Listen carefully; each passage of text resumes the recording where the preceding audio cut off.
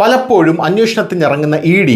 പല അന്വേഷണ സ്ഥലങ്ങളിലും ഞെട്ടിപ്പോകുന്ന കാഴ്ച നമ്മൾ കണ്ടിട്ടുണ്ട്. ഇപ്പോഴിതാ അതുപോലെ രാജ്യത്തെ പ്രമുഖ ആഭരണ സ്വർണ്ണ ശുദ്ധീകരണ കമ്പനിയായിട്ടുള്ള രാജേഷ് എക്സ്പോർട്ട് ലിമിറ്റഡ് REL അതിൻ്റെ സഹകാരികൾക്കുമെതിരെ എൻഫോഴ്സ്മെന്റ് ഡയറക്ടറേറ്റ് പ്രധാന നടപടി സ്വീകരിക്കുകയാണ്. Foreign exchange management act FEMA പ്രകാരം ബംഗളൂരുവിലെയും മുംബൈയിലെയും 9 സ്ഥലങ്ങളിൽ ഏജൻസി തിരച്ചിൽ നടത്തി. ഈ റെയ്ഡുകളിൽ സ്റ്റോക്ക് മാർക്കറ്റ് കൃത്രിമത്വം, സ്വർണ്ണ സ്റ്റോക്കുകളിലെ പൊരുത്തക്കേടുകൾ, സംശയാസ്പദമായ വിദേശ ഇടപാടുകൾ എന്നിവയുൾപ്പെടെ നിരവധി സാമ്പത്തിക ക്രമക്കേടുകളൊക്കെയാണ് വെളിച്ചത്ത് വന്നിരിക്കുന്നത്.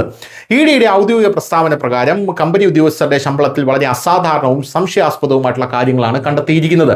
രാജേഷ് എക്സ്പോർട്സ് ഏകദേശം 7.7 ലക്ഷം കോടി രൂപയുടെ ഏകീകൃത വരുമാനം കാണിക്കുന്നുണ്ടെങ്കിലും ഈ കമ്പനിയുടെ മാനേജിംഗ് ഡയറക്ടർക്ക് പ്രതിമാസം 17,000 രൂപ മാത്രമാണ് ശമ്പളമായി കാണിച്ചിരിക്കുന്നത് എന്നുള്ളതാണ്. ഇത് കണ്ട് എൻഫോഴ്സ്മെന്റ് ഡയറക്ടറേറ്റ് പോലും ഞെട്ടിപ്പോയിരിക്കുകയാണ് എന്നുള്ളതാണ് പ്രധാനപ്പെട്ട കാര്യം. മാത്രമല്ല, കമ്പനിയുടെ ചീഫ് ഫിനാൻഷ്യൽ ഓഫീസർക്ക് 2020 മുതൽ ഒരു ശമ്പളവും നൽകിയിട്ടില്ല എന്നുള്ളത് മറ്റൊരു കാര്യമാണ്.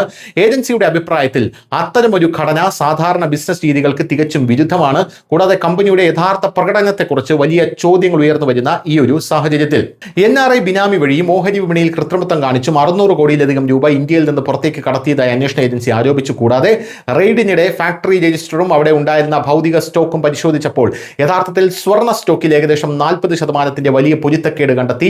ഇന്റർനാഷണൽ കൺസോർഷ്യം ഓഫ് ഇൻവെസ്റ്റിഗേറ്റീവ് ജേർണലിസ്റ്റുകളുടെ ഡാറ്റ ചോർച്ചയിൽ ബന്ധമുള്ള ആളുകളുടെ പേരും കമ്പനി ഓഹരികളുടെ ബ്ലോക്ക് ഡീലുകളിൽ നിന്ന് പുറത്തു വന്നിട്ടുണ്ട് എന്നുള്ളതാണ് മറ്റൊരു പ്രധാനപ്പെട്ട കാര്യം.